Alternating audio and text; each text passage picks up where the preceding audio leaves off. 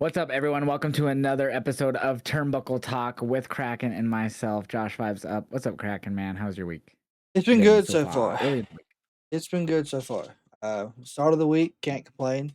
Weather has decided to get cold again, so that's fun. Going from 70 to 30s. So Yeah, dude, same here. We were like a week ago, or maybe a little bit longer, we were like in the 60s. Christmas, we were in like the 60s. And then now this week, it's been like the 40s, 30s. I don't know. I hate it when it does that because get allergies easy to weather changes. It messes with you, and like the whole house has that issue here, except for me. So they and Dude, freaking, it's funny because like I live in like a complex, I guess condos are called condominiums. And so, we have my grandma's dog now, Daisy. So I take her out to go to the bathroom, but it's so cold now. I'm like, I don't want to go because it's so cold. And she wants to go fucking over here and take me all the way over here before she pees. I'm like, dude, hurry up. It's so cold. Please just go. Like, why do you have to check everything before you go? Just go.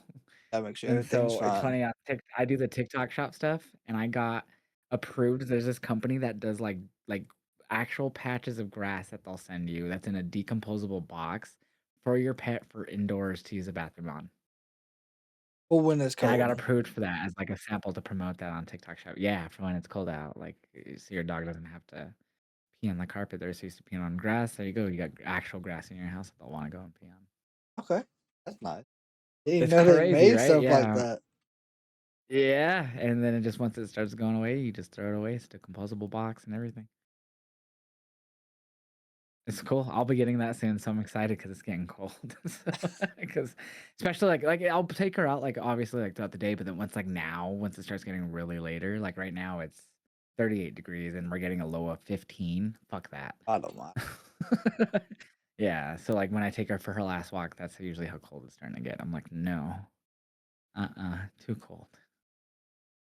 Oh, 50. Right? So I'm excited to get a little patch of grass for the inside. I do not blame you. Do not blame me. Uh, Dude, speaking of patches of grass that people like to pee on, did you hear about the Vince McMahon news? So I heard that he was helping at WrestleMania 39 with the Cody Roman stuff. I didn't read much about it.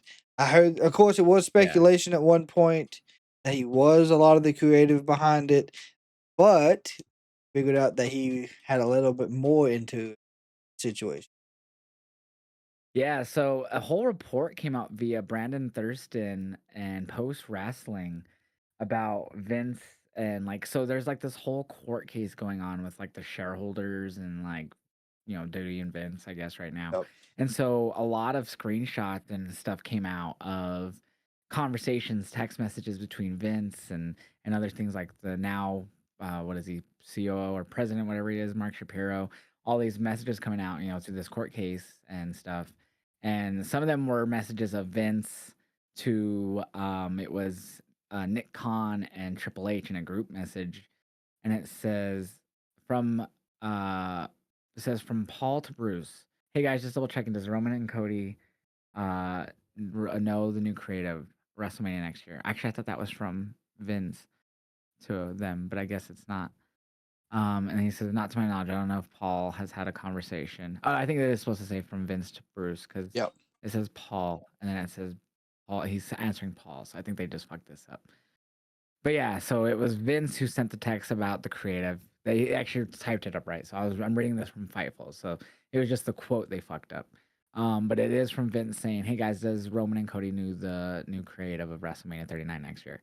And Bruce replies, "Not to my knowledge. I don't know if Paul has had a conversation with either. Roman's first appearance since we spoke is a Friday in DC, and we'll both be there and both will be there in person." And Vince says to Paul, "Paul, have you?" And of course, that was like the only document that they released of it, the conversation. So that was when he came back to help facilitate a sale, is why Vince was back in the company at the time. So obviously, I think they fully kind of started talking about the TKO stuff, WrestleMania 39 weekend, if I'm not mistaken. Um, so yeah, Vince was helping with booking in some way. Um, Dave Meltzer did say today, obviously this is Meltzer, Oh, it but he melts. said he said that it was actually something Roman pitched to Vince that he thought that they should. So I guess Cody was gonna win, and then he Mhm. told Vince, "I think we should go this route, extend it, and have a big second match where he wins." I guess is what Meltzer. So I guess it was a Roman pitch to Vince what made it change. Yeah, so even the one I found by Josh Colson Collison, um, it even states at the on this one that I was reading that um Cody believed that prior to this he was supposed to be winning at WrestleMania 39, only for it to change last minute. Yeah. So Yeah, I think that was speculated upon too by some of the dirt sheets that I don't know if it was last minute, but it was at least initially like, yeah, you're gonna win, and then that got changed. Um, so yeah, so that, and then there's also some messages from Mark Shapiro, and Endeavor executives anticipating his return in 2023. So once he left in 2022 due to the whole deal with that he's dealing with, like the whole sexual misconduct, apparently, um Mark Shapiro had said a message. Let me see if I can find it here. Um, but he had basically said, okay, he said Nick and Stephanie are going to take over the WWE for the next 9 months. And this is before he had anything to do with WWE. Vince will be back with a new board, or he will take the company private, or he will sell it slash coming to us. The race is on, the courtship is on. That is fucking interesting to me. Could they have planned for them to get it prior? And do you remember there was rumors that came out one night really late from a few dirt sheets or from a few reporters saying that Saudi was gonna buy the company, and it was like a lot of panic overnight, and then the next day it got cleared up they weren't. yes, I do. So I'm curious with this now coming out from Shapiro, a full message to the Endeavor executives at the time, which is TKO now. Um, That's so interesting to me. Could they have like planned this in advance that Vince was gonna sell to them? I mean, he doesn't say they were. He says that he's gonna sell it slash come to us. He puts three things that would happen. So it just looks like he just made a really great educated guess with three options. Yeah, I But mean it's so interesting to me. it's it's crazy how all these rumors that what was going on behind the scenes y'all thought was going on are now coming to like the light that it actually happened. And just it makes me wonder about because I think a lot of people agree that this past year's as WWE has been just so off, my opinion at least. That what else is happening? Like is TKO and Triple H really not the ones? Even though we've seen the behind the scenes stuff that WWE put on Netflix, how much Well, it is. They pull are now. Vince is definitely not a part of the company now. at all? You don't think? No, he got fully removed. I mean, The eh, FCC would be up their ass if that was the case. yeah, but I mean, I don't know. It's fucking crazy. Um, after everything that happened, he was still having a play in it and 39 all that. Yeah, so it was just through that until they, because like he was still a part of the company a little after TKO sale until more came out again about the same thing he was already going through, and then he, was obviously stepped down and fully relinquished his everything, board of directors, everything. So, um, yeah, so overall, very interesting to see a lot of the rumors confirmed, that he was, handling stuff down and WWE when he returned creatively more than just facilitating a sale, which is what he said he was there for. So yeah, pretty interesting shit though. If you want to go read the whole thing, Post Wrestling is the website. Brandon Thurston did some great shit. Go check it out. Very interesting shit. I thought we had to definitely bring that up. But we had NXT, we had Raw tonight, last night, excuse me. And I think we should jump into NXT. It was a pretty solid show It was. tonight. It was obviously taped, so there was spoilers, and I don't know if I even saw any of them because I don't remember any of them. If I did, because that was taped 2 weeks ago. But I thought it was a really good show. Um, since it was taped, I watched the VPN on Netflix, and it was over in like an hour 20 or something like that. It was great. No commercials. I really enjoy that. And I've had some people, in the community was like, "Is this going to be a continued thing? Is it always going to be this I wish. fast?" I was like, "No, no, these are just for holidays. Like, I know it seems super fast, but just the Yeah. holiday shows are taped. But I feel like NXT moves fast anyway. But they put on a hell of a Well, show. like I said on Saturday, I think I brought up after um World's End, I think I kind of brought up how SmackDown was, same thing, was taped because of the holiday, and then so on Netflix is uploaded as a normal show. It was only an hour 17. So it's crazy how much commercial time adds on. Like I do a counter on my stream that I literally just have a button on my stream deck that I hit that does a counter in the chat. And it's how many times we go to commercial. So typically on a Raw, like we're around 2.5 hours usually every Monday, sometimes a little bit more, sometimes a little bit longer. Usually it's around 12 commercials. Like that's 12 times that we get sucked out of Raw to see commercials in the US. And obviously internationally too, that's still some people still get commercials internationally. It's crazy. Um but yeah, so 12 times they suck away and all that adds up for so much time. So then when you looked at SmackDown, same thing, they're going to 3 hours this Friday. But 2 hours, we had an hour 17 and that tells you that's almost 45 minutes of commercials. And I remember when we do our counter on that, that's usually around 9 or 10 times that they suck us out to go to commercials. That's insane. It And is. obviously, again, if you do watch it live through Netflix, like SmackDown or Raw or NXT, they don't cut away from the matches when they go to commercial. So you will get that. But once they fully finish on Netflix, they edit it down to where it's like how we watch it tonight, where when it was the taped one, where like we don't see the action between. So we're still missing it, even if you watch it after the fact on Netflix. It's crazy.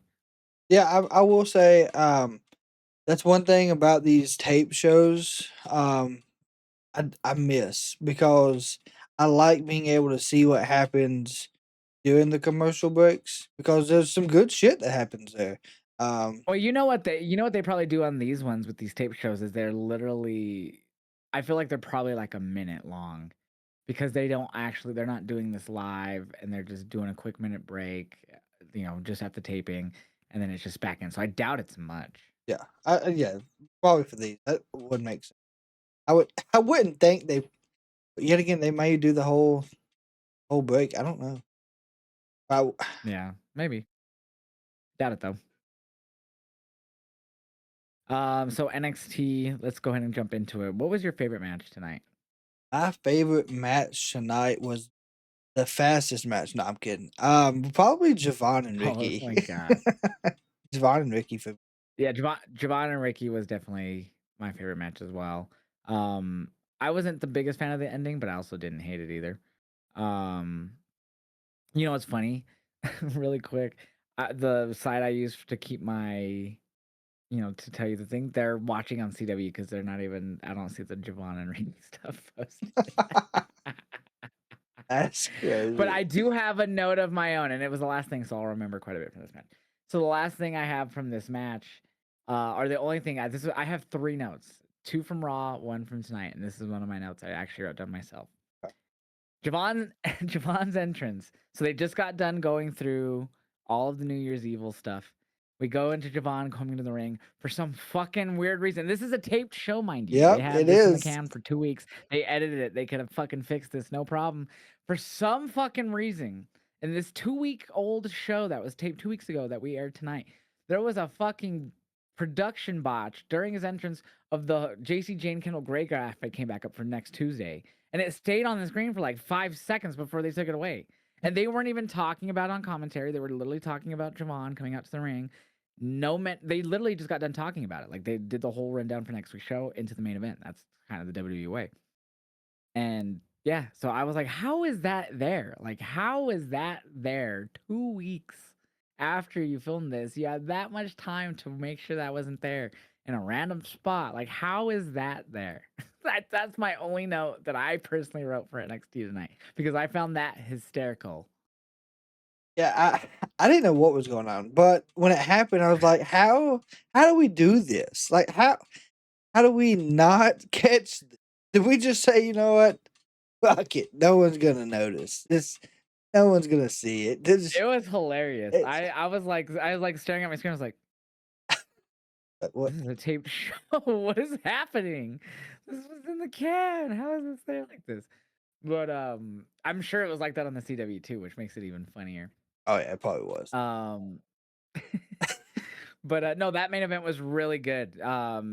They obviously had Ricky win. He turned obviously heel a few weeks ago. It was interesting. The crowd was still kind of cheering him. Obviously, it's the not Full Sail, the PC crowd. So they're kind of more. They're there every week. You know, there's kind of they see them all the time, so they kind of chant. Whatever the hell they want. So I was surprised by some of the chants for Ricky because he did turn, and I think he's a better heel than a face. So hey, they're having fun, I guess. But great match. You know, Ricky not Ricky. Javon hit like a really cool dive on the outside. Like Ricky was up, and he's done this I feel like quite a bit. He was in front of the commentary desk, and he fucking just out of nowhere, right on top of him, fucking wiped out most of the commentary. Almost took out Booker again. Oh no! Did you crash? Did you freeze? Oh no! Oh, and he's on his mobile device. Yeah, the computer decided to take a nap, and it still froze. Did it go to sleep? When it does that, I just hold the button down on the PC and restart it. Yeah. There's the blue light. It's cut off now. It's cutting back on. Oh, that's so funny. But yeah, no, that was a great match between. I was just like, look, it's funny because I was looking directly at you and I thought you were just listening to me because I have you in the prompter, so I have Discord in there. So I'm looking directly in my camera so I could like be looking at you. And then after a minute when I was talking, I was like, wait, is he frozen or is he just waiting for me to shut up? So I stopped and then I was like, oh nope, he's frozen. Oh yeah. For me in the match, what I thought was smart, they done the small cutter for Javon. And then when he went for the avalanche cutter, pulling the ref in front of it, that fucking ref sold that cutter and took it like a champ. I thought that was so weird though, just the way they set it up. So he was just clearing the elbow pad. That's why he got caught in the cutter and didn't move out of the way. That's what he was doing. Because why would he else be standing in the way? Usually the rest most of the time are aware of what the wrestlers are doing around them, so they're not in the way. So, and not a bad thing. I just found it comical. I'm like, oh, I gotta get this out of the way. This elbow pad. Oh no! That's what it was. It wasn't a bad thing. I just found that really funny how they set that up. It wasn't like Ricky held him in front of him, pulled him by his, shirt, like, oh, haha, got you. No, he was clearing a fucking elbow pad out of the ring. That is what got him in the cutter. Yeah. And then, of course, to end the match, having Ricky do the low blow, that really finally got us the heel turn that we needed to have for Ricky, and sold it finally. Yeah, so he hit the low blow into the Rochambeau, got the win. But yeah, no, it was a really fun match. But yeah, so Ricky, I don't know, is that Javon's last match in NXT? We've had the promo or him like show up and say he's a free agent on Raw and all that stuff, and is that going to be his last NXT, you think? I do believe that is the last one we get. That was the smoothest transition ever. That is most definitely the last time. Oh my god, that was great. Really, you think so? Yeah. That's his last time? I think he's gonna be on SmackDown. SmackDown's gonna be 3 hours, and so they are about to get flooded. All there. Yes, they are about to get flooded. This new talent, and give a shout out to Alan. I think Alan Witz on TikTok. He pointed it out with Carmelo, now the the U.S. champion. U.S. I feel like there's gonna be we're gonna get the new era coming in with Trick, Javon, even maybe Ricky will be up there soon. But all these new people are going to be coming there. But I could even see coming up there rather than going to Raw, with it being 3 hours. Yeah, it's going to take a lot from NXT, but that is most definitely where everyone's coming from and going. I think they should do since they haven't done a draft, they should do what they did last year around this time. I don't know if it was during January, because I think it ended right before the Rumble, but they did that. What was it? The trade window, or what the fuck did they call it? I forgot what they called it, but it was some fucking. It was a take on this college football's fucking transfer window or something they called it in WWE. I don't remember what the fuck they called it. But they did that, and that's like we saw Damian and Drew end up on SmackDown. I feel like they should do that at least, because I know they kind of switched it up slightly last year but I feel like that'll be a good way to also, because I don't think they should do Javon Trick and Oba all on SmackDown. At least one should go to Raw. I personally think because you can't push them all in the same brand as newcomers at the same time either. I feel like, you could. You'd have to take other people off. I feel like even with 3 hours. Yeah, I mean, and then yet again, we have seen Javon have great interactions with Dragon Lee, AJ Styles, uh, El We've Grande seen Trick on Raw too. He was Americano. on there yesterday as well. So Yeah, but he hasn't done anything in the ring yet. That's my thing on the main roster. I don't think he's had a match yet. yeah, not on like Raw or SmackDown. I think he has on like main event and stuff. Yeah, and of course, then with Trick, we also got to remember his fiance Lash is on Yeah, she's SmackDown, on but she's SmackDown, kind of so I could for they're sure kind of see a him put on there. floater. They have the women's tag titles floating around everywhere, so technically they could have Trick do that too. But I think he'll go to SmackDown. I think Lash and Nia will say that too. I say put Javon on Raw and Oba and Trick on SmackDown. Wouldn't be bad. Javon and Because he's been Dom. feuding with Javon and Javon's been feuding with Trick and Oba most of the year, so I don't want them all on the same brand. Hell, they won what match of the year tonight too, right? Yeah, all Mm, three of those guys just won match of the year on NXT, So for their NXT year-end rewards. But yeah, good match between Javon and Ricky. We'll see what happens if that is his last one. I guess that could be. I don't know. All right. I feel like that site should now have the end of NXT up on there, which is funny because we're done talking about that part at least. So like you said, your favorite match, Lexus King, Tavion God Heights, Almighty, speed match. It was 4 or 5 seconds. Crazy move by Tavion. I don't even know what you call that. It was like a twisting spine buster or something. And yeah, he advances to face Jasper Troy. I think that was to face Jasper because they faced yeah. kind of faced off at the end. So Yeah, that was the finals. Tavion, I think, set a record. The fastest win on NXT, the fastest speeding win. It fits. So, what's your thoughts on Lexus King losing that fast? And he's been down there like what 2 years now. I don't even know how long he's been in NXT. What's your thoughts on that? One of my friends was not happy with that. He was like, "Come on, you're gonna have a guy who's has a great character in Lexus, and then a guy who has no character in Tavion." Well, I think Tavion, since he broke away from No Quarter Catch Crew, has doing great. Him and Miles both. But I do not Yeah, like but I how would they say he has buried. no character to him besides he's just the former collegiate wrestler or whatever. Yeah, I agree with you. But I don't understand why they're burying Lexus. I don't get that. That's what my friend was most upset about. I'm fine with it. I don't have anything against Lexus King. I just have never been invested in Lexus King. Like, not a bad wrestler, but not really really entertaining wrestler either. Nothing's really grabbed my attention in his matches. I always feel like like he feels like a comedy character. Even when he was in AEW, he's came off the same way. He was in Varsity Blondes with fucking Griff Garrison, as Brody Lee would say. Um, Uh, and they're still there too. I forgot yeah. about that. So I feel like he's been in the same kind of area. I feel like he's been featured more in NXT than he was in AEW, but he's still been in that same spot.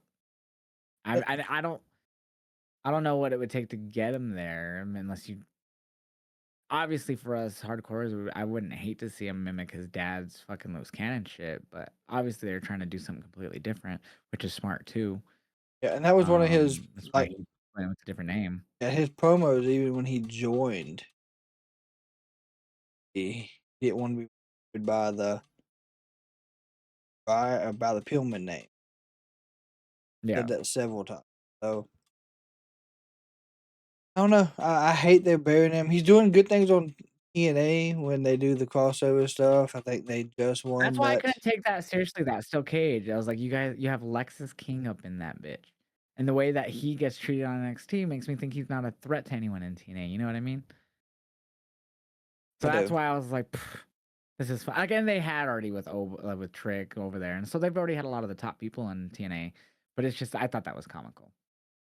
I, I I hate when they do squash matches like that, especially with someone who's been there a little longer and might have a little more knowledge and could could put on a good match with Tavion, even though it's only 3 minutes. I wasn't a fan of it being that. I was honestly, I didn't even see the move that ended the match because I was I had to go answering the back. question. It's funny. I was since we were just watching, it was just a taped episode, so I was skimming through like the entrances. I didn't care to see their entrances, so I skimmed through, and I went too far, and all I hear is Vic and like ding ding ding. What? He set a record, and then I was like, oh, gotta go back. So I had to rewind it. But dude, yeah, it was really quick. Didn't expect it, but it is what it is. It's even for a title I don't care about. So I don't know. The speed title just need to get rid of, but dude, so one of my favorite, probably my favorite moment of tonight was the Joe Henry concert. And not even was it just his concert that was my favorite moment, it was Booker T. Booker T. he, He was he having like a whole Stephanie Vaquer moment for Joe Henry tonight. listen to him saying the Joe Henry entrance. He sounded like Macho Man through some of it. It was cracking me the fuck up. I couldn't stop Like I laughing. was literally laughing. Yeah, I was like legit laughing at him. It was just so hysterical. And then same with the end of the song he sang about NXT, like he's recapping the year, which was an awesome song too. It was funny. Which ended with shitty ass Dark State and all the fucking strobe lights that they do the whole brawl, and I'm like, oh my god, this hurts my eyes. Stop it. Yeah, that I don't understand why they keep doing the flashes. It's so annoying. I don't know, but Like I get it when they come out, but stop it while they're brawling. Fuck. and then also with that, did you see Tony D'Angelo? No, because I was like, this fucking hurts my eyes. Well, he showed up before the lights, but he was standing I like heard I I heard them on commentary. I feel like I didn't even see before Dark State because the light. I just remember the lights going out and then Dark State. yeah, he was there before the lights went out, and then the lights went out, he was gone. And speaking of, now that we're gonna go off the funny stuff, dude, what the fuck are they doing with this man? Like, I get it's supposed to be a build-up, but I've already lost interest. Yeah, I was hoping we'd hear him speak before now, but no. Fuck no. Why would they do that? Yeah, he's been gone 6 months, and he comes back, and all he does is attack two people who he never followed up with, and then just stares down other people from the crowd. He Like, he's I get the mystique. They're wanting us to know what's about to happen. They're trying to build it like, oh, he keeps doing it. They want us to be like that? What's gonna happen next? And yes, I do want to know what's gonna happen next, but I'm losing interest because mm, I'm forgetting about it. To be honest with you, yeah, I hate it. He I don't know why they do it, and it's just not WWE that does it. But there's other companies that will try to do the mysterious, sit in the back of the arena and have the light on them. It reminds me of like how they done Sting. You know, Sting when he came back as a crow, he was just sitting there. You didn't know what the fuck was going on. It doesn't work for everybody. Tell us what the fuck's going on. Give the man a mic. It's not needed at this. yeah, I agree. But yeah, I don't care about Dark State fucking with Joe Henry as much I mean, personally. Care. if it wasn't for Joe Henry, Dog State wouldn't be relevant, obviously. Also, I'm not a fan of Izzy Dame on the mic. He's I don't know who the hell is her mic work, but as much as I hate to say it, I think everybody should spend 2 weeks in the Paul Heyman mic class because Von Breaker has gotten better on the mic, and I think everybody, not just saying Izzy, but like everybody that is still young at the I guess talking on the mic. Hell, I could use 2 weeks Paul Heyman my damn self, but it helps so much having someone that's knowledgeable on how to, I guess, use the microphone to get your point Yeah, across without having to say so much. That makes yeah, that does. Yeah, I don't know what it was that first part before Tatum came out. I was just like, mm-hmm. And then the crowd started chanting, "Cut her mic off," and I was like, "Please." Uh, but Tatum finally came out, and she's a solid promo. And I felt like Mhm. Izzy did better once she had stuff to say to Tatum directly. I thought that she did a lot better. Yeah. After her solo promo. But I am excited for this match next week. I hope Tatum gets the win. I do too. Um, I think it would be a bad decision if she don't. I really do. Yeah, because she already lost once already to Izzy. So It would be probably the wrong choice in my. earlier in the night, they showed Kendall Gray was attacked. Wren Sinclair went up to her, was like, "Oh my god, we need help," and doesn't get any help. And she's like, "Who did this? What happened? Who hurt you?" And then we later on when we were getting ready for JC versus Ran, they were walking in the ring and they were like, "Ha, now she's all alone." So it was obviously them. Um, but that was probably my favorite match of JC and Ren. Like legit, like I know it wasn't really anything special. They didn't go crazy balls to the wall, fucking, kick it after kick out, move for move. But like technically, this was a really fucking good match, and I'm always impressed with Ren. Like I always thought she was good when she first came into NXT, and she first did that whole like submission where she does a submission and she like turns her whole lower body around it, like runs around it. Like the first time she did that, it's impressive. But to still see that today, she's like 6, 7 minutes into this match and she's pulling that shit off. That's fucking insane to me, dude. Yeah, you can really tell that she's really worked on getting I guess her in ring skill, like the technical side of it, um, up to par with especially with what Charlie I feel like did. she's always been technical. But I feel like she got better with Charlie. I don't know if she was training Yeah. with Charlie all the time, but Turn off Ice Maker. I feel like that helped. Probably so. But this was a really fucking good match. I thought they were both really impressive. I thought they have great chemistry together. Their timing on together was great. But yeah, JC won with the rolling elbow. Of course, Fatal Influence got involved, as always. So yeah, so we're gonna get Kendall's. Kendall comes out afterwards after they're beating down JC, and she fights them all off by herself after being attacked, Yeah, and makes JC tap. which honestly makes me think that they're gonna put the double title on Kendall. I don't know. I kind of like to follow the old wrestling trope. If someone stands tall the week before their match, they're gonna lose it. Like, you know what I mean? Whoever stands tall is gonna lose the week before. Yeah, that's how at least it was for when I grew up watching wrestling. And they Yeah, don't always follow that, but I tend to. I feel like that's usually like 75% of the time the way they go, anyways. most of the time. So I think though JC will retain next week. But then the other match, the Leon and Oba, gonna put Oba on the main roster. That's gonna be wild. Have if I could see them putting the title on Leon just because they've done the whole, TNA, NXT Talent held the TNA title, but they haven't done NXT. I'm sorry, TNA holding a big NXT title like the women's or the. Actually, they did the women's. I'm sorry. Oh no, they didn't. That was JC holding both. I'm getting mixed up. But yeah, they haven't had any of the women or men's title get held by a TNA guy, so I'm waiting for that to happen, and I could see them doing that with Leon just for the shock value. They like to do that, and it'll be the first NXT of the new year, New Year's Evil. So I could see it happening just for a way to get the title off of him and throw him into a feud with Drew or Cody again. But I wouldn't hate if they did the Kevin Owens route and kept the belt on him for a bit while he's up there. with Oba, that would not be bad. Yeah, especially with Oba. And you could even have main roster people challenge for it. Make him look dominant. Have him have like a banger with Sheamus or fucking someone like that. See him having a hell of a match with Drew if they don't have Drew cut off Cody.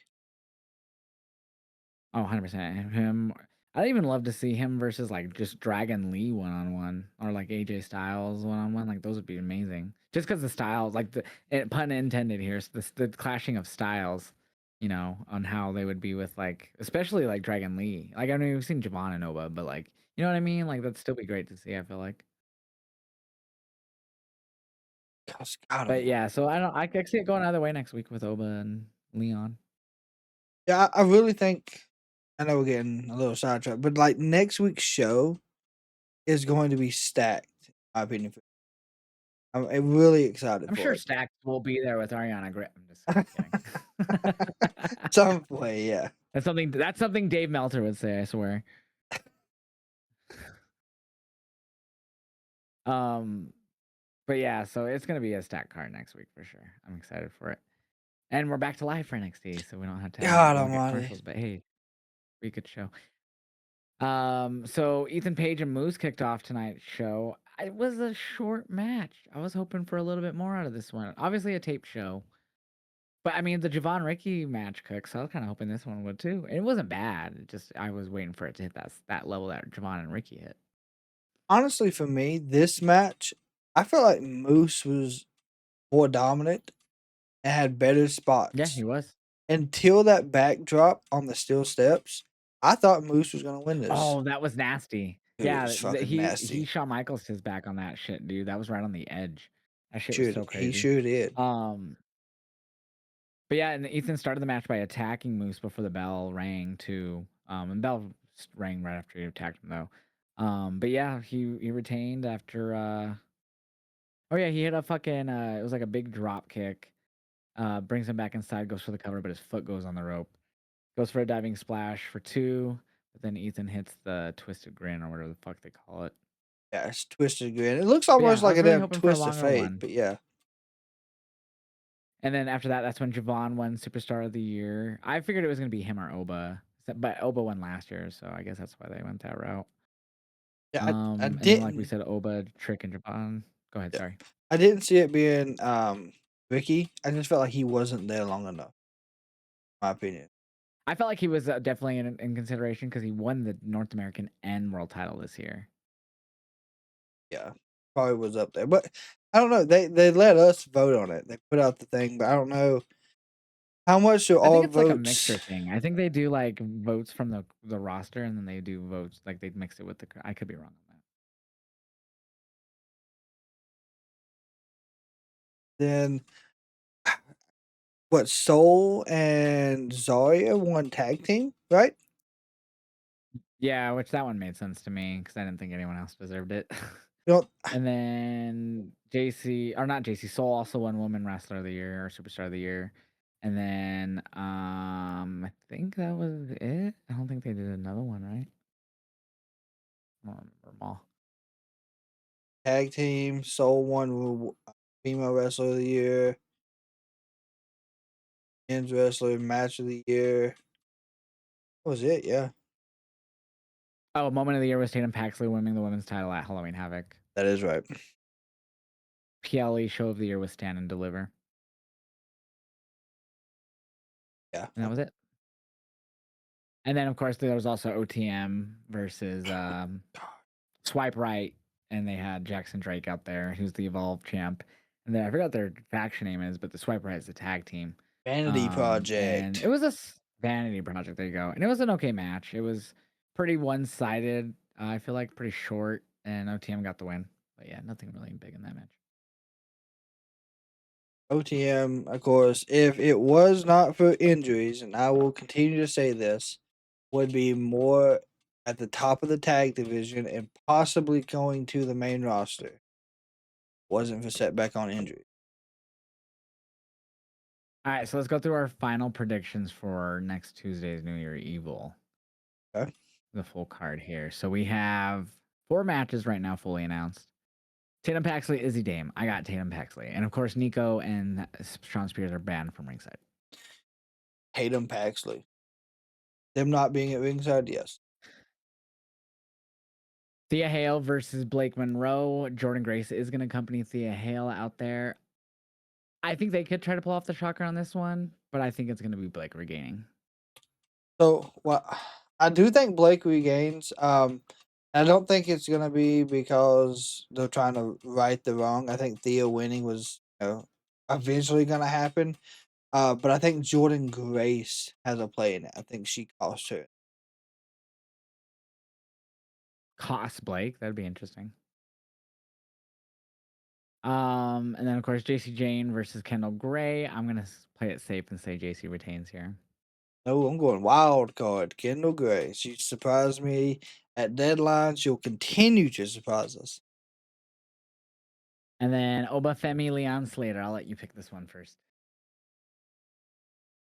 I want Leon. Really do. Really want Leon Slater to win it. Become double champ. Upset Oba. Because it can be done. We've seen it. And Oba go to the main roster where I truly So is believe he that your should have been. prediction, Leon Slater? Yes. Oh, Leon Slater. I'm gonna go with Leon Slater too. I think they're gonna do the shock value moment. I think they're gonna send Obafemi to the main roster looking like a stud. Uh, and yeah, so that's my prediction as well. So we got everything the same except for JC and Kendall. Oh, how it goes. So Monday Night Raw yesterday. We started out with the Vision. Eventually, Punk came out, and Punk wanted to get in the ring, but he wanted the rest of the Vision gone, so it would just be him and Braun. And they had a really good back and forth, honestly. They did. Braun Breaker, this was his best promo, in my opinion, on the mic, face to face with somebody else. I like that he hinted Yeah. at the fact that, he's a Steiner. He had to live up to the Steiner name. Yeah, Hmm. I like that he mentioned that, Punk may not like that because he didn't pay his dues to the Indies. But he also brought up the point that he was playing with Lamar Jackson while he was out there, while Punk was working the Indies and stuff. So You know what's funny about that? When Punk was in his first WrestleMania, Braun Breaker was 10. Or Lamar Jackson was 10. I'm sorry. Yeah, I saw that. It's because someone was like, why would Braun Breaker be like, I was playing football with Lamar Jackson? Bro, when Punk was in his first WrestleMania, Lamar Jackson was 10. Shut up, Braun. but I did like this for him. Yeah, no, it was still good. They really, I feel like Braun has definitely got the best brought out of him on the mic from Punk for sure. Has. And that I think that's another thing, like I said with Paul Heyman, and then we don't know how much, Punk might be, helping the younger talent as well with, hey, these are how you should do this and do that, and how working with promo skills backstage, behind the scenes. So I feel like they're bringing the Mhm. best out of both of each other.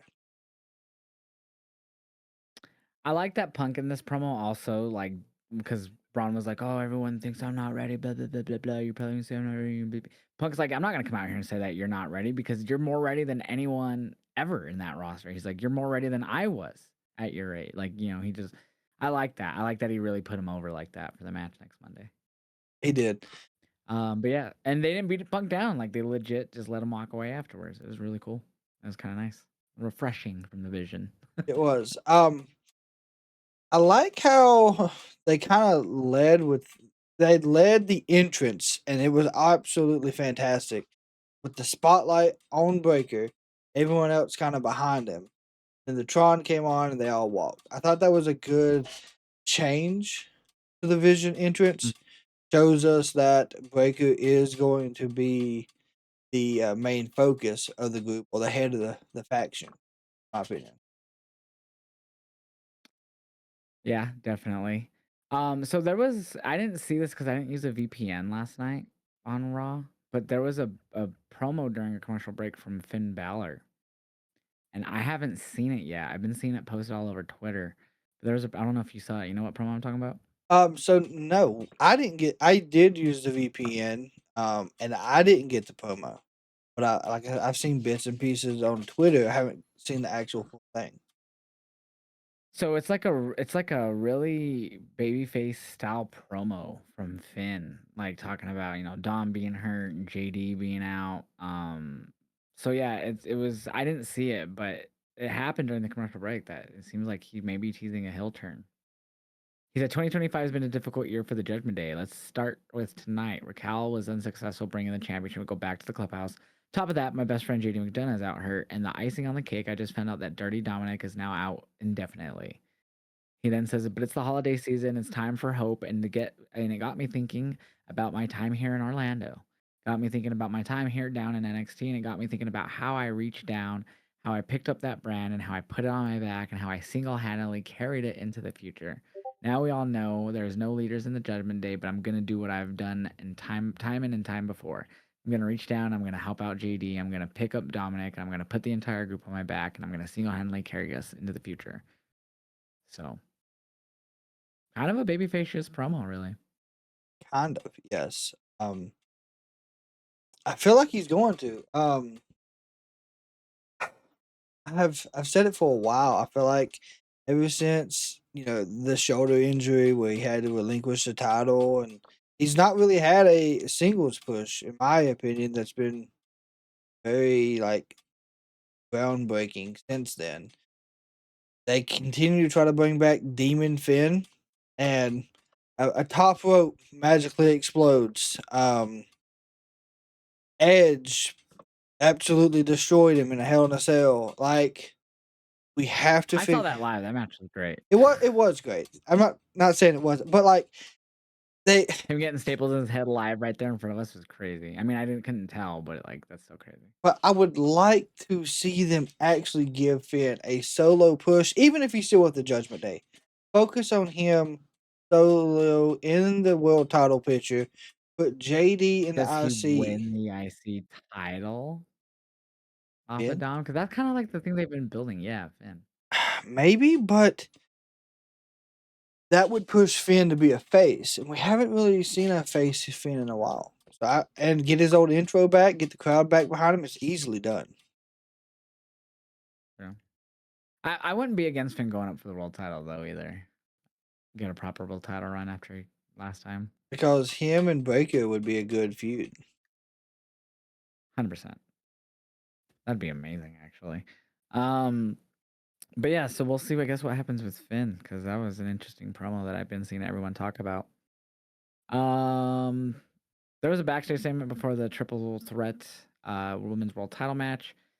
It was with Liv and Raquel. Or no, it was Raquel and Liv. I'm sorry. Raquel was being interviewed. She says there's no tricks, blah, blah, blah. And that's when Liv rolls up talking about JD and Dominic being out, saying that they're going to take care of business. If you know she will. Raquel said that she'd do it on her own. And then that's when Roxanne walks up, cuts her off, and asks, like, what? That's when she's like, oh, I forget exactly what she says. Like, that she's going to win. Like, she was basically, like, I forgot what Liv was trying to say, and then she, like, totally switched it once Roxanne walked up. Yeah, she was like, what did she say? Because she was talking Yeah, I about saw it in my Raquel, note here. and she was talking about Roxanne. Oh, damn.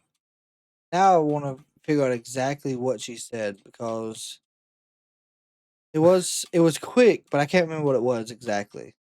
But it's definitely Liv is gonna like I don't know, she's gonna like get them mad at each other, I feel like, and then she's gonna try to I don't know.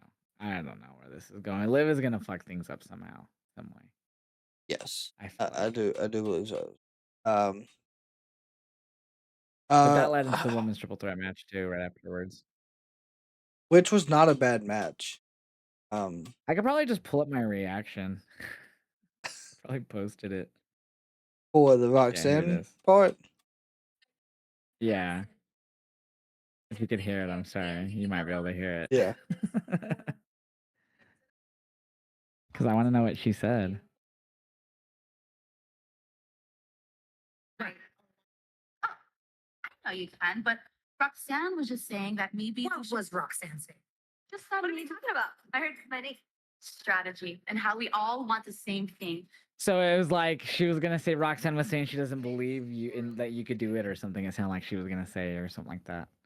Yeah, I was even the page I was looking at didn't have exactly what she said.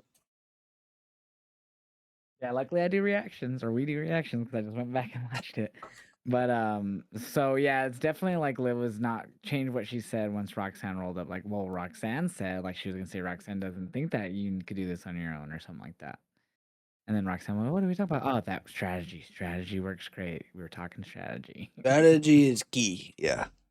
Um, So yeah, Liv's gonna definitely like she didn't get involved in the triple threat after this, but I think she's gonna like rub it in her face that she lost next Monday or something. either that or she will be the sole reason that the women's part of the Judgment Day falls apart. Yeah, I mean, and she did tell Roxanne they were gonna go for the women's tag titles too. So Who knows? I'm hoping Raquel continues to push for this world title, especially after this. Yeah, she looked really good in the triple threat. She did try to do a double Tejana bomb at the end. So Stephanie just took advantage, which was cool. This whole match was really solid. Nikki looked good in it.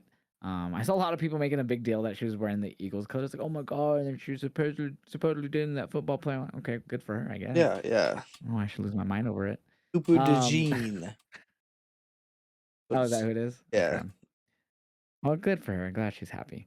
But yeah, so there was I like the ending where she went for the double Tejana bomb. Stephanie snuck out of it. She landed it on Nikki, and then Stephanie, kicked or whatever Raquel out of the ring, threw her out of the ring, and got the pin on Nikki. So that was solid. There were some good spots in this match. Raquel Rodriguez, and I think, and I don't know if she did it on purpose, but she kind of paid respect to, I think it was Beth Phoenix, who done like a double power bomb set up to Nikki once before when they were in a triple threat match. And then the the STF that Nikki put on, and then Oh you my got the god, that's thank my you other note. Cena. Thank you for bringing that up. You got the thank you Cena chance. And she said, yells, no, thank me. I died laughing. Yeah. Yeah. No, thank me. It's because she's like straining in the submission. Yeah, that was great. And obviously, if you know the back history of Nikki and John, they were engaged. They did the whole proposal out of WrestleMania. Oh my Never god. ended up getting married. They ended up separating. So it's just funny that she was doing the STF. They started chanting "Thank you, Tina," and that was her response that we picked up in the camera. No, thank me. So that was the only Yeah, that shit was WrestleMania hilarious. I've been to, was at that one. And he proposed. Oh my god, that's hilarious. Was that 35? That was 33. 34? They had that mixed tag Oh, that match was with Miz 33. and Wow, Maurice. that was almost 10 years ago. Holy hell, But yeah, that's crazy. that was probably the funniest spot in that match. Yeah, definitely. But yeah, solid match, and Stephanie retained. So I'm happy she retained. Yeah. I didn't personally want Raquel or Nikki to win it. So with Stephanie kind of stealing the win from Raquel, that's why I think Raquel Smart. will get a rematch, and that's where we could possibly see a win. I don't think that's even Don't a slight chance of happening at all. don't think Raquel gets a world title? Nope. Wow. You don't think? I think she's world title contender easily. Maybe one day, not right now. She's improved a lot. I don't think she's improved to the world title contendership that quickly in my head. Think that she could I just IC title then, and then world title. Oh, that would be great. Oh, 100%. Yeah, definitely. But yeah, no, she's definitely hitting a stride. I don't think it's like a Stephanie Vaquer type where you just like, all right, crown her. She's so over. No. Okay. And I know that's not how everyone, I just don't think she's got to that point yet. And she can win it as a hill. I don't know. I just don't see it happening yet. We'll see. I would like to see Raquel. If she won it last night, I would not have been mad. That's how I felt about it. I wouldn't have been mad about it. I just didn't think she'd be ready for it. We had the Kabuki Warriors. They came out to the ring, talked shit. Just setting up their match for next Monday. I don't remember much what was said besides they brawled afterwards. I will say Oscar cut a lot of this promo in, I guess, Japanese. And then I just remember her saying "stupid" and "baka." stupid in Baka. I don't know what that means. But she I said it think a "baka" lot. just means stupid in Japanese. So she was just saying stupid twice. I think so. I mean, I didn't know if it might have been something else. Who knows? Here, I'm using the old Google. Baka. It just says "baka." I put BAKKA and I put "baka." Okay, let me translate the other way.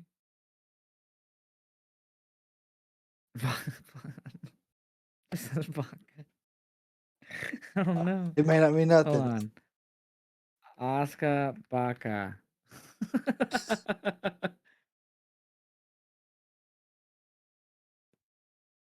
Oh shoot, what the heck is going on to the Reddit? Did it on Instagram last night? Segment translated. Oh, I know what baka means. Oh, it's 1K. I was doing 2. Oh, it means cow. Apparently. Oh, apparently Filipino though. Wait, what about Japanese? Oh, it means idiot. Stupid idiot. Makes sense. Okay. Stupid. I like that better. Yeah, yeah. But yeah, that just led to a brawl with all of them to set up for their match for next Yeah. week. Before that, though, there was a backstage interview with Gunther, where he was talking about he made John Cena tap out. And before he could finish, R-Truth decided that he was going to put Gunther in his place. He was tired of Why are they him. choosing to cool off Gunther? Huh? Why are they cooling Gunther off? I don't think they're cooling him off. R-Truth, that's the best they could do after John Cena? Well, I mean, I guess That's in 4-minute that squash match? guess in that sense. But his new shirt, my God, like buy 20 of them. Like, I get the idea, R-Truth, that's his favorite wrestler. I get the whole jokes and the story behind it. But it's like, really? That's who we go to? Not AJ or Ray? Fucking R-Truth? I can understand why you say that. I do. I like R-Truth. That's just not who we should be following up Gunther's retiring of John Cena with. I feel like it's going to be AJ as well, though. We've seen the interactions and Yeah, Ray. they're gonna build up to that, but I feel like those are just they're gonna plan on having him retire them. Listen, I think you was the person I seen that said it, but we do not need any more fucking retirement tours if they were like John Cena. I don't think we'll get retirement tours. They'll still just have him retire them anyways. Goldberg didn't get a retirement tour; they just had him retire him. Just I don't know. I like it when they just used to be like, "Hey, done." It's been a hell of a ride. Appreciate it. Yeah. Inducted into the Hall of Fame. I don't know. Wrestling elderly man. But yeah, so I wasn't a fan of this match or this segment at all. Yeah, it was a squash match, unfortunately. I mean, they gave Truth some offense, but yeah.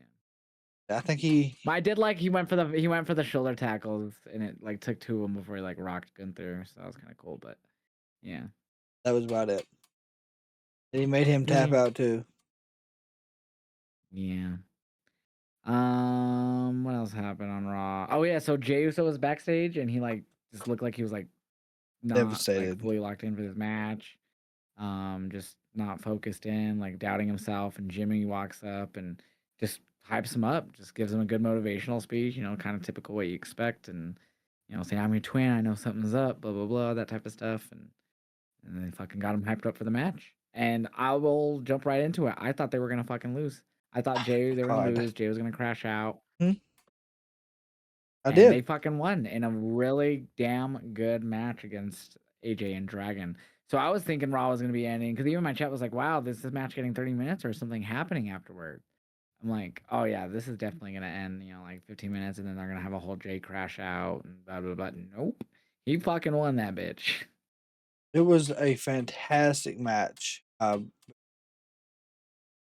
Even Dragon Lee had great spots.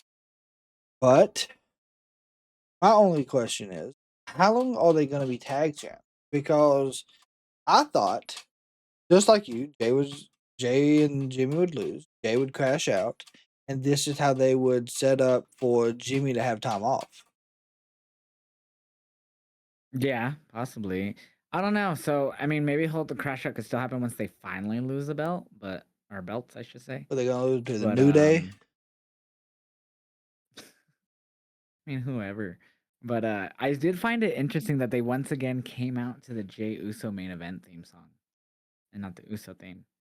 That was, while it was happening, that was my one question is, we are still yeeting when we know we have the Jey Uso transitioned to the Uso Penitentiary that we use at Saturday Night's main event, and we're still just doing the same thing. I get it; it's over. Yeah, I don't understand it either. They enjoy doing it with Yeah. the crowd. They enjoy the interaction. It gets the crowd hype. But like, are we getting the Uso Penitentiary, or are we just getting Jimmy and Jay? Yeah. I don't know. We'll see where it goes. I think it could be touched to the story of whatever is going to happen with them, but we will see. But yeah, really good main event. Nothing crazy happened like afterwards, or no one attacked them or nothing like that. Just celebrating them. I did think it was funny though, because the show ended with them like walking through the crowd, and Jay was trying to celebrate, and he's like yelling at Jimmy like Jimmy, and then you hear him at one point, John. Like he Yes, says his real name. He he just keeps didn't going. stop. He did not stop. I'm over it, Oos. He's like, God, I'm fucking gassed. Like, gotta get up these damn steps now. But let's talk about Jey Uso quickly. What a year, and what an interesting year. Won the Royal Rumble by eliminating John Cena. Got the title off of Gunther by submitting him at WrestleMania. And ends the year as World Tag Champ with his brother. Yeah, it's I feel like he went from the top of the mountain back to comfort. Yeah, I'm curious, and the story has been good either way, and he, made it there and deserved it in my opinion, and earned it. Mhm. And the story afterward, I would say this was a lot of the WWE's issue for me this year, was just the titles would go on someone, and then it felt like after their chase, they were not as important anymore. And their title reigns weren't as obviously you got the women's tag titles, like Alexa and Charlotte had a really great reign, had a lot of defenses. We had Sammy and Dragunov with the open challenge for the US title. Those were really good defenses. You could argue with some NXT reigns, like Ethan Page has had a really entertaining reign, but it feels like a lot of the reigns this year, nothing like them. Just completely forgettable. Judgment Day had one of their forgettable reigns this year. I don't know if they had two or one. I don't even remember anymore. Who? Julia's was forgettable. Zelina's was forgettable. And I'm sure there's others that I'm actually forgetting because they were that boring. But John's wasn't the best. I mean, it was probably one of the better ones, unfortunately, with a lot of man between. A lot of But man. I don't mean that in a bad yeah, way. But I a don't lot know, of man. man. So I get worried for a lot of these teams, and I'm hoping that Usos, because they've had a lot of good stories last few years, this will carry over to their tag title victory here and carry these titles and have good storylines with these titles. I miss the day where I feel like we don't get a lot of blood feuds for mid card titles nowadays.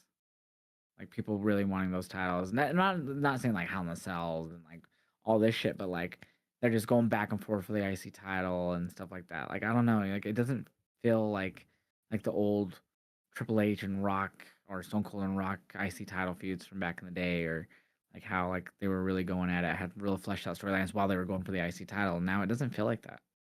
At least this year didn't. This year didn't. I don't know.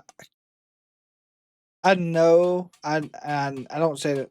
I don't mean in a bad way, but I know we're gonna get another New Day Uso feud. It's going to be another good one. We've seen it before. And I feel like with the New Day being the heels and the Usos kind of being the faces, it makes a lot of difference. But 100%. on the other side of that, what are the other tag teams that we're gonna see? Viking Raiders, War Raiders, whatever the hell they go by. They're not on TV. Fucking amazing. Maybe they start calling up tag teams from NXT. I mean, the only ones I can think of off the top of my head right now, just because we saw them, are OTM, Hank and Tank. I don't know. Again, that's why I'm saying we should need to do like the transfer window or whatever the fuck they called it last year, where they.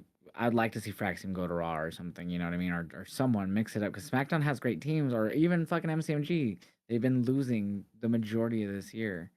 Like, so I don't know. We need to switch it up, even if we don't bring it. Because I'm not the personally biggest fan of Hank and Tank. They're funny and they have really good matches. I just never gotten behind them fully. So I don't know. Maybe they get called up. I wouldn't hate them. They have good matches, so that'd be a refreshing new team. But that's why I say do transfer window or something up into, because they did that up into the Rumble last year. So Yeah. I mean, Like you said, Motor City Machine Guns, Pretty Deadly, maybe if they can get back healthy. Forgot about Pretty Deadly, yeah. I Kit Wilson and Dalton Prince. I don't want to see them redo the new Bloodline versus Jimmy and Jay at all. Not so much, but there is tag teams out there we could see. They could really make it work because the Usos are good at tag team wrestling. So I'm hoping 2026 is a better year for those. For me, it missed in a lot of places. Agreed. Um, but so hopefully they start with a good Uso tag title reign. We had a cool in-ring segment with Maxine and Becky. I thought Maxine was really good on the mic here against Becky.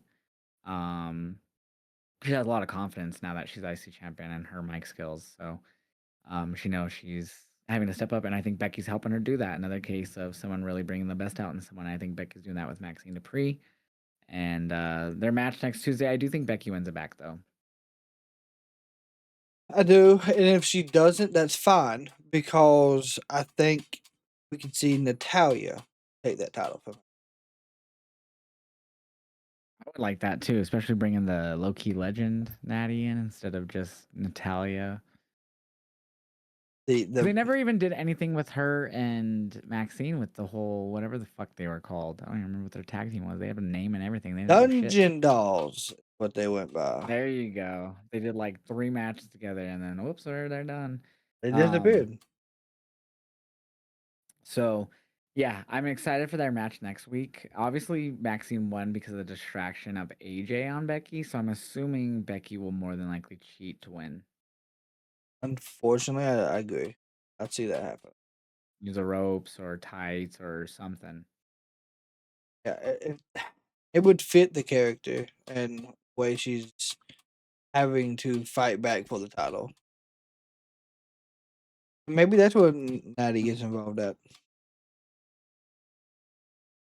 Yeah, definitely for sure. We had a backstage promo on here too with the Vision, and it was kind of like them like officially like welcoming Austin Theory into the Vision. Just, like he talked kind of like with every single one. You know, talked to Braun, he talked to Bronson, called him, you know, acknowledging my tribal thief, and they're all just like, you know, I got your back, I got your back type of shit. Kind of just confirming it with each other, like, you know, I'm here for the group, not me, type shit. Talked to Logan and then to Paul. So Whole Vision had his back tonight. He was facing Ray. Also Theory went back to the trunks. He went away from the pants on this episode. He did go back to the trunks. He did have a new entrance. I thought it was better. I loved his I new fucking theme. loved it. I Yes. loved his new theme. I got old school Linkin Park vibes off his new theme. Yep. Exactly. I was thinking. It was so good. And if it's a Def Rebel theme, holy ballsack. Finally it was a hit one killer out the theme. park. Yeah, very, very good. Well, they have before with others, but yeah, his is really good. But him and Ray had an okay match. Nothing really crazy. Of course, it was the typical Vision, you know, match that you expect. But it wasn't CM Punk who even the odds because we did have a backstage segment with Ray and Punk, and he was like, "Oh, you know, I'm not gonna need you tonight. I have whatever, however he worded it. I have, you know, I have plans or whatever the fuck it was." And so of course Rey Mysterio wins because of DQ because of the Vision getting involved. Logan Paul, he like tripped him up when he went for the 619 or something like that. He caught him or something. And it's like swept his feet and he went flying, which was crazy. And then Penta came back. We saw him at Worlds Collide or whatever the latest AAA show was here in December that Dom got hurt at. And but he was fully back here. He came out and evened the odds and helped clear the ring with Ray. So like I said, we'll probably get Penta and Ray versus the Vision sometime soon. Yeah, I'm glad to see Penta's healthy. I really hate that they missed out on getting that match with him and Ray Phoenix in play. But I do not think it's the last opportunity Ray Phoenix have coming up in 26. We're talking about lack of tag teams on Raw. Give us Usos versus the Lucha Brothers at Mania. Holy shit. That'd probably be the match of the night for night. They ain't getting younger. They ain't getting younger. Let's do it now. No, not. Let's please do that now. And then Lucha Bros could win, and then defend against the New Day and all the teams that they haven't faced yet. MCMG, which have happened, but not in WWE. DIY, just combine the tag titles just one more time and just have Lucha Bros face everyone, please. If that's the way they could face every team, then please. Please do it. Yeah. But yeah, a solid Raw. I don't know if we didn't talk about anything. Just a Oh, Trick thing. Trick came up and said, I'm a free agent, and Pierce was, feeling him to be there, and he was like 1-800, whoop that Trick. yeah. I feel like him and Pierce had a better interaction than Aldis did Friday. I agree, yeah. And then Bailey and Lyra rolled up, and Bailey was being her crazy ass fucking heel side and yelling at Pierce about not getting the tag title opportunity and whatnot. Lyra had to calm her down and stuff like that. That was pretty funny. But yeah, I think that was basically everything. Yeah, that was it. Yeah, Oh, Javon was there. Javon was there after we got like a Oba Femi hype promo too. that's right. That's right. And Javon talked to Dragon and AJ and stuff like that, and that's when we saw the Americanos came up, and then we saw Ivy and the Creeds in the back, like all the way in the back. You can see them watching on. So, and then there's been reports that we're going to be getting Chad returning soon, and Corey Hayes of Body Slam has teased on Twitter that it looks like we're going to be getting Alpha. What are they called? American Made versus yes, the American Made. Americanos. Yep. So, and I would rather have Chad Gable come back and just not like Goldberg, but like just have him come back as a super serious fucking kick-ass wrestler who's just taking everything so serious, doesn't care about having friends, and just wants to fucking win the titles, and just fucking goes ham and beats everyone's ass until he's just in the upper echelon, and then start giving them like really cool stories against them. You know what? I miss that. I feel like we don't get a lot of cool, like the Punk Drew story last year was fucking phenomenal. I'm not saying they need to be that length where they all like hit that level of blood feud, but give us more feuds where like they want to keep like there's like, and kind of like we're getting with Drew and Cody. I guess it's not as good, obviously, but like give us more of that in the mid card. Yeah, absolutely. I'm not against that. I feel like the mid card is just a lot of filler right now. Just they don't know what to do Battle currently. Royals, the crown #1 contenders. Oh, this tag match happened. The champion got pinned by this person, so now they're #1 contender.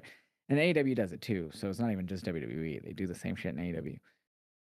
It's maybe not as prominent, but it happens. Mainly the pinning the champion thing in AEW. That's more thing like we're getting with Willow and Mercedes tomorrow. That's happening because she pinned her in the tag title match. So, anyways, point being, I want more actual interesting storylines in the mid card. Like Julia and Chelsea is so boring to me right now. Yeah, it is. Unfortunately, I don't know who they could put against Chelsea right now to boost it. Well, that's the next match because Julia pinned her, so I'm doing that again. Jesus I think it's this Christ. Friday. The 3-hour SmackDown, I think, is where it's happening. Speaking of, since now I think we're fully talked about Raw. So since now SmackDown's 3 hours, that's another hour that we would start later. Do you still want to do a podcast Friday nights after SmackDown after 3 hours? Well, being that we was able to do Worlds End directly after Worlds End, and yes, the conversations might have not been as interesting because I was absolutely tired. I don't think 11 o'clock will be as bad as what we had at 1 o'clock for Worlds End. Yeah, I didn't really click in my head what time it was for World End until like after we finished. I was like, holy shit, it's late as fuck for you. So I mean, we can still do it But- because if not, I mean, the playoffs are getting ready to start as well. Not this Friday, but the Friday after.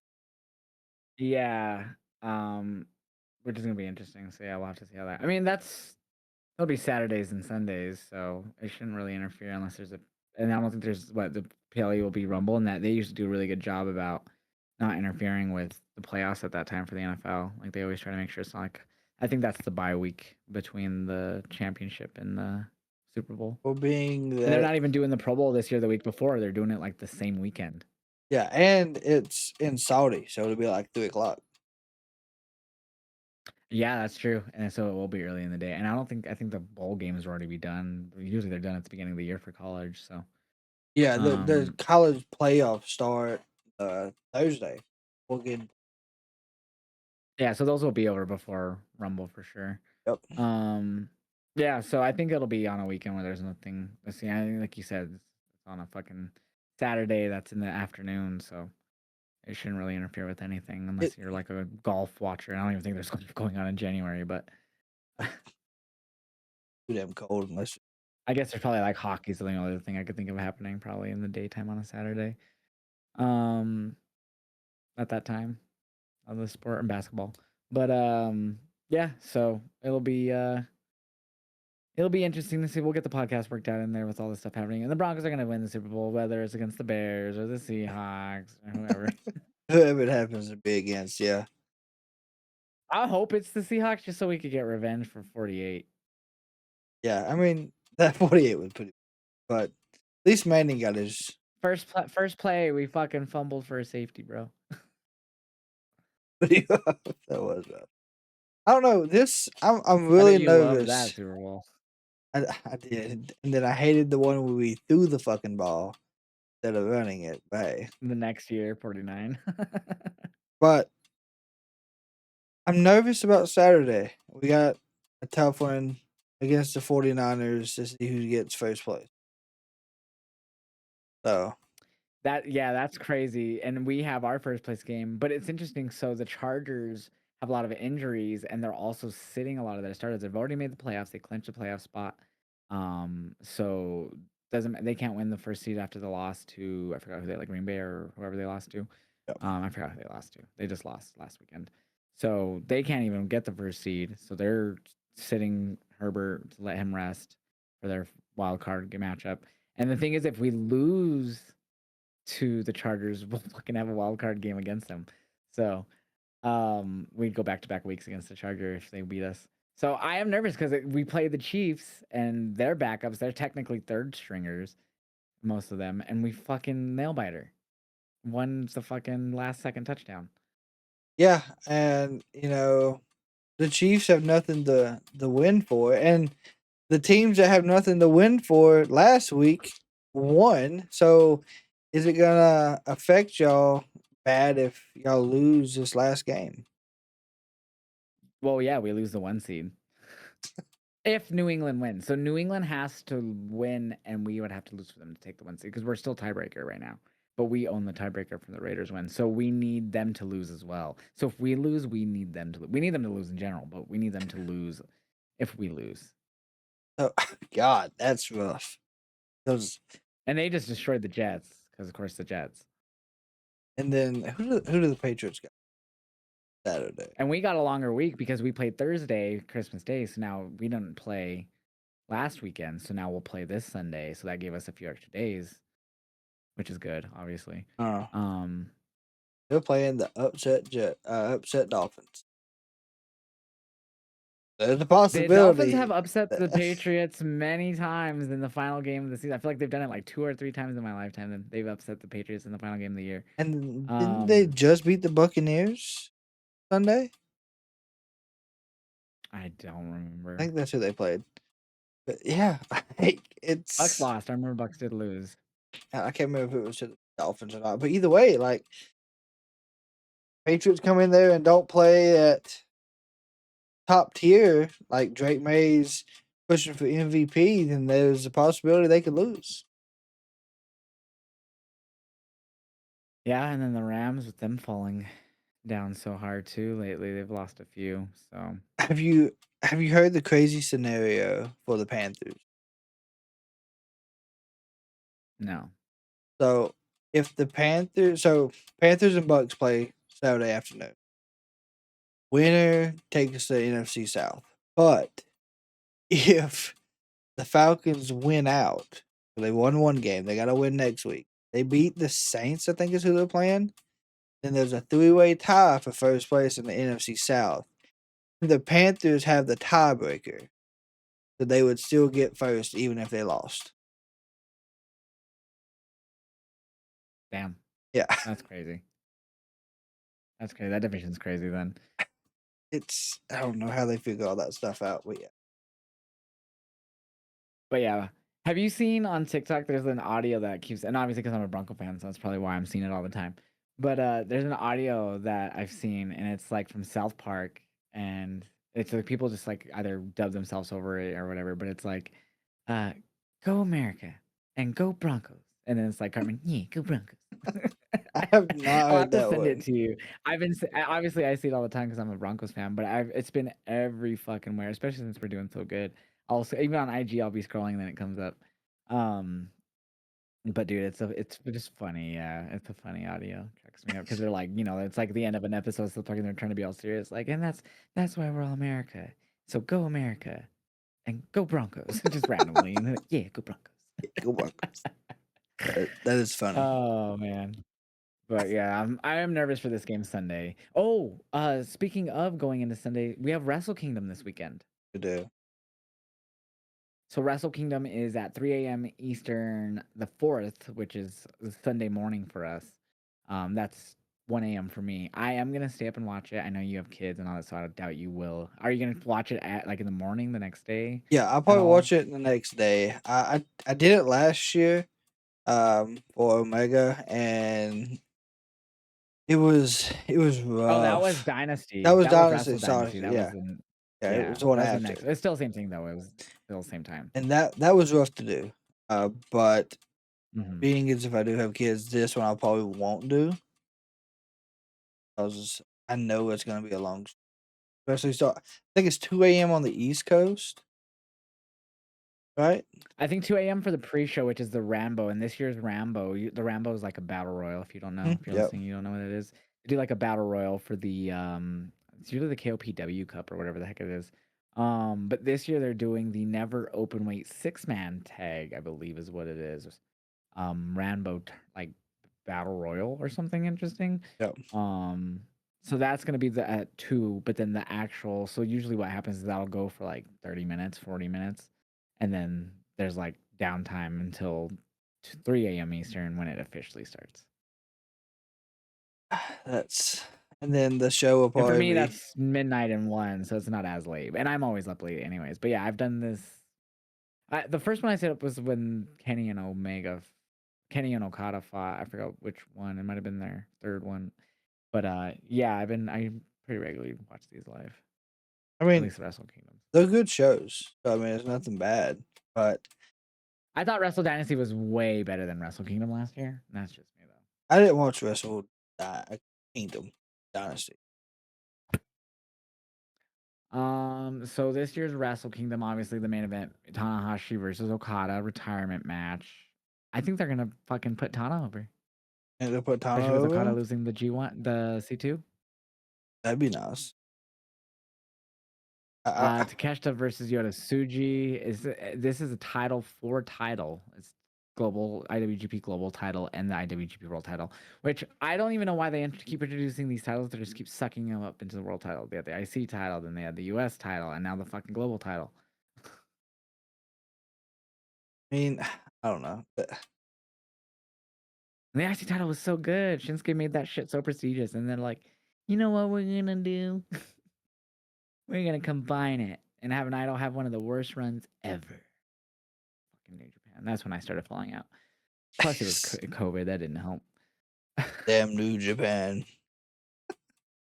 But yeah, I'm just tired of them combining their titles. Fucking annoying. I mean, if I don't know, there's a lot of titles across all the promotions, so it does get aggravating. So this match is gonna be interesting. Aaron Wolf is gonna be facing Evil. Aaron Wolf is a Olympian judoka. Does judo like similar to Ronda Rousey? That's what Ronda Rousey did, was judo before she did MMA. And he is making his in-ring debut against Evil at Wrestle Kingdom 20 this Saturday or Sunday night. So, or Sunday morning, whatever you want to call it. And it's for the never open weight title. His first ever match on a Wrestle Kingdom in the third to last match. That's insane. They did a whole press thing about him when they signed him too, like earlier this year, like a big fucking deal. I don't know. I don't think I've seen any of his matches. He's never wrestled. Not even in indie stuff. This is like his first Aaron ever. Wolf is literally the NIL program for New Japan Pro Wrestling. Holy shit! He's literally coming in off of judo, and yeah, they announced earlier this year that Oh, he was June 23rd signed with New Japan Pro Wrestling. They did a whole press conference and everything for it. oh fuck! Hopefully he has a good match, especially his first one. He showed up and attacked members of House of Torture on October, but he didn't have a match yet. So he showed up and did things, but he hasn't wrestled a match. I feel That's gonna be like interesting. it will be. Al Desperado, Kosi Fujita, Taji Ishimori, and Sho for the junior title. Bullet Club War Dogs, Drilla, Gabe Kidd, David Finley, and Shingo Takagi and Hiromu Takahashi, who are not part of that, but they're in this match, taking on the United Empire, which now consists of Andrade, Callum Newman, Great Khan, Henry, and a to be announced still, apparently. It says, at least according to the wiki. Saya Kamatani and Suri, they're combining the IWGP and the IWGP Strong titles for the women. And then the Rambo, like I said. And then a pre-show match off Phantasmo versus Chris Brooks for the television title. So 8 matches, including pre-show. Probably. It'd probably go off about 7. Eastern. Yeah, around 4 hours or so. Mm-hmm. God, that'd be time. God almighty. Or probably 6, because last year's ended like a little after 4 my time, which was a little after 6. Or like, yeah, around there. I feel like years past went longer. I don't doubt it. I remember there was Wrestle Kingdoms that I was like watching until it was sunny for me. Like not like 5 a.m. sunny, but like 6, 7 a.m. sunny. I think they used to be later. But the American audience made them start making it earlier, I think, because they were drawing a lot of eyes from American audiences. Yeah. I know I seen a thing Yeah, that I'm excited for that. I don't know if you watch a lot of Stardom. I know that I got people in my chat who do, but they're going to be back in Vegas, and for WrestleMania. Yeah, for Mania weekend. Yeah, I saw that. So- That should be fire. One of my local promotions. It's not the like the GCW collective, but there's like another collective that goes out there that was there in Vegas last year. The local one that I've gone to, they're going to be part of that one out there again this year, next coming year. Hell yeah. But yeah, so I'll be up for this. I'll be live reacting to it. And then later that afternoon is they fucking Broncos Chargers, that fucking 425, 225 my time. So I am going to be a cranky goober during that Chargers game. God. As long as it goes good for you, there won't be many crash outs. I'm just be sitting here tired, like, who the fuck was he throwing it to? There's no one there. Josh, the receiver's right there, but he didn't catch it, did he? That's going to be me, bro. But tell people where they can find you outside the podcast, bro. Outside the podcast, of course, Facebook, Instagram, Twitter, X, Twitch, Kick, as the Kraken Wrestling. And you guys can find me, Josh Vibes Up, Twitch, Kick, YouTube, TikTok, Instagram, Facebook, Discord. All of that should be down in the links below for the video if you're watching on there. And yeah, check me out everywhere. And guys, we'll be back on Friday after a 3-hour SmackDown. God, looking forward to it. 3 hour SmackDown. God, you gotta love it. And then, of course, we'll talk Dynamite. So I'm actually going to watch Stranger Things live tomorrow and not Dynamite live. And not obviously live, but you know what I mean, when it drops right at 8. Yeah, I'm gonna do Dynamite. Then I'll do, I guess, Stranger Things to watch the ball drop or celebrate, whatever. Woo! But yeah, I don't know how you're going to avoid spoilers. You're just going to have to fucking not look at your chat and not fucking read anything anyway. so even last time I didn't get on Twitter at all. I didn't pull up anything on my phone. I just locked in the whole time. Or Damn, you're crazy, bro. According to my fiance, Kenny and Osprey will be attending Wrestle Kingdom for Tanahashi, who is announced by New Japan. Oh shit. nice. Kenny, my 2 current favorites. So let's go. They're gonna go in there. They're gonna beat down Tanahashi. I'm just kidding. They're gonna kick him out of the Bullet Club. I'm just kidding. That was always my favorite part, when like the leaders would leave, they just get beat down, replaced. That was the best. But all right, chat and everyone listening, we'll catch you guys next time. Peace.